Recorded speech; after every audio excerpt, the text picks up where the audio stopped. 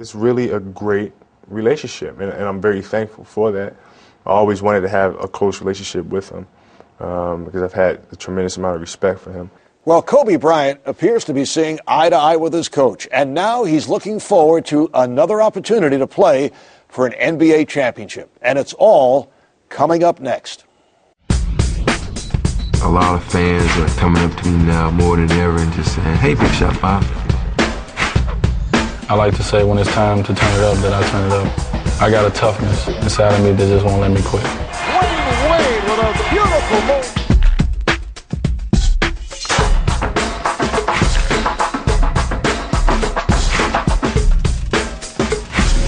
If you're going to be in the NBA, if you're going to be out there on the basketball court, people can watch you. Why not try to put on a show? Here comes Willis. The crowd is going wild. Fires.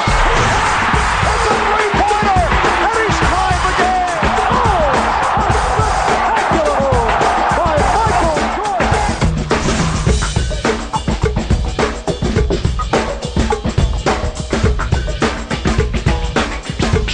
Hi, everybody, and welcome to what we like to call the Marv Albert Show. Now, no matter how complicated or involved the game of basketball can seem at times, the relatively simple task of putting the ball in the basket remains at the game's core. And in this latest episode, we'll spotlight one of today's most explosive players while also looking back at perhaps the most prolific scorer of all time. The Los Angeles Lakers' Kobe Bryant may not have been born to play in the NBA, but he certainly had the pedigree. The son of Joe Jellybean Bryant, an 8-year veteran of the league, Kobe has been in and around the NBA and the game of basketball for longer than he can remember. Trevor!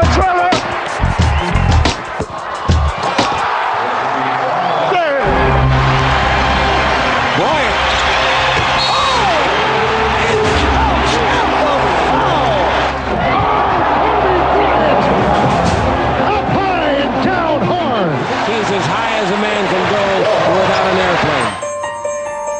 How has the game become different for you now from a mental aspect as opposed to when you first broke in? Well, the game it seems to slow down a little bit.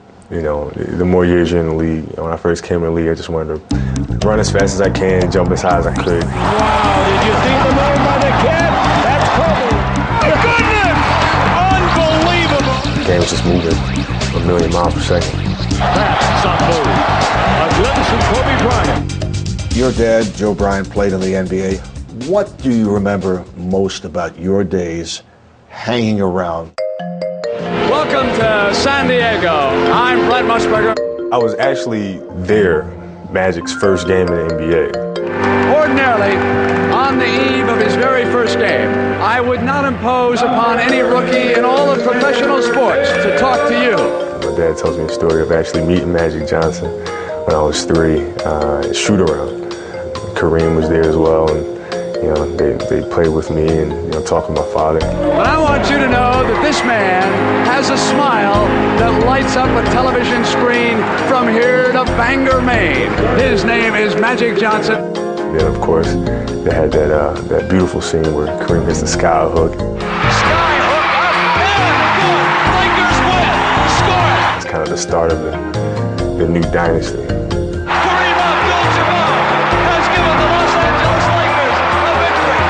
I was there.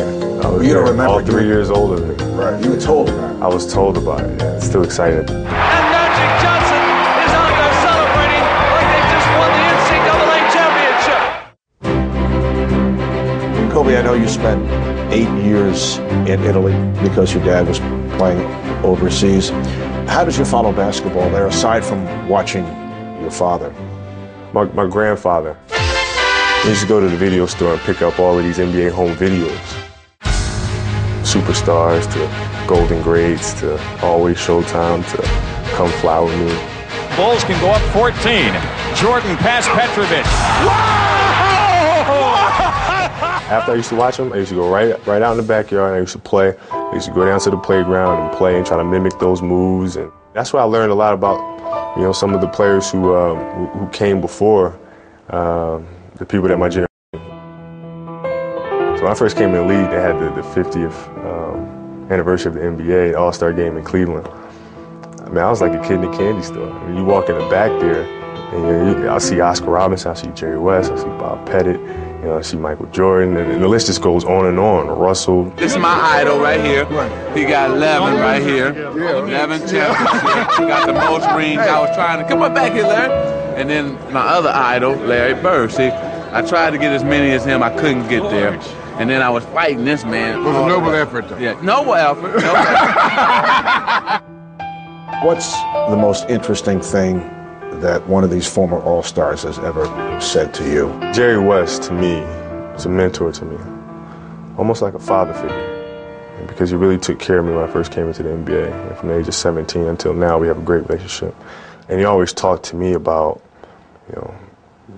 stepping up to the plate, not to be afraid to lose, but going in there determined to win. Hey, stolen by Parker! Oh, there it is. Here comes George to Kobe Bryant. Bryant inside. It's good. It's good. Tie game. And that's certainly held true, because when it comes down to final second shots, you will take the chance. 6 and 1/10 remaining in the overtime, and the Suns leading 98-97. Tip won by Walton, flicks it outside of Kobe, takes it to midcourt. Kobe. Bryant for the win. Bang! Kobe Bryant has hit a shot at the buzzer! J-Dub used to say was, if the game on the line, it seems like the shot actually becomes easier, at the end of the game than it is in the first quarter. Oh my goodness! Kobe also recalled a chance meeting with Wilt Chamberlain when he was not yet 10 years old. Unaware that he was being introduced by his father to the most dominant player in the history of the NBA, Kobe was nearly speechless in the presence of Bambaataa, who, as I'm sure you know, is the character portrayed by Wilt in the 1984 film Conan the Destroyer. Now, we'll clear up any confusion about the Big Dipper's place in history for the rest of you when we return.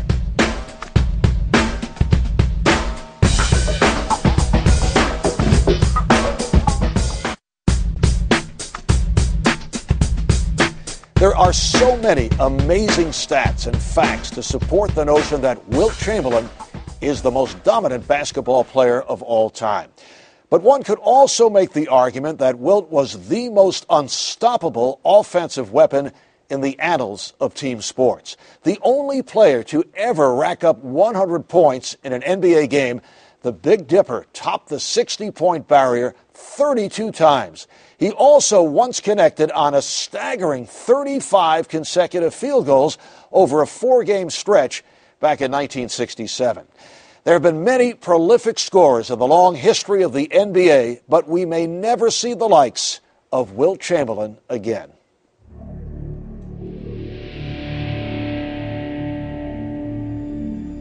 The first time I saw him, I was in awe.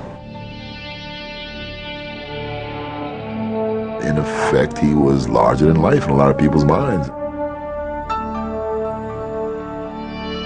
You have no idea how physically imposing he was. What had become immediately apparent to the player considered the game's greatest defender soon became obvious to the rest of the league as Wilt led the NBA in scoring in his rookie campaign, averaging nearly 38 points per game. I remember one time we played Philadelphia, and we went across the street to the restaurant afterwards, and one of my friends was the bartender there, and he said, "Red, how did you do against Chamberlain?"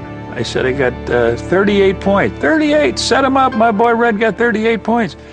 He set them all up. He said, "How'd Wilt do?" I said, "He got 63. The astonishing numbers continued to mount as Chamberlain cemented his reputation as the most dominant offensive force of all time.